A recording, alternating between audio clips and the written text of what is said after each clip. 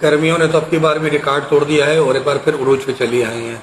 बज़ाहिर दर्जा हरारत 35 चल रहा होता है तो लाइक पोजीशन में, यानी कि उसको महसूस करने वाला जो दर्जा हरारत होता है 42-43 चल रहा होता है। कराची में तो 40 तक की सूरत हाल में हालत बुरी हो जाती है, मगर अंदरून सिंध, जनूबी पंजाब और बलूचिस्तान के बाद इलाकों में और खैबर पख्तूनख्वा के जनूबी इलाकों में सूरत हाल इससे भी ज़्यादा ख़राब हो जाती है। खुसूसन लाड़काना, सिब्बी, नसीराबाद, जेकाबाद, डेरा गाजी खान, ये इलाके हैं जहाँ शदीद तरीन गर्मी पड़ रही है और बाद इलाकों में 50 सेंटीग्रेड तक दर्जा हरारत पहुँच जाता है। इस सूरत हाल में सबका काम है कि आगे बढ़ें और अपना फ़र्ज निभाएं।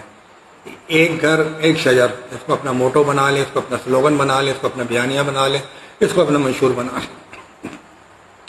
कोशिश करेंगे तो मसाइल हल होंगे।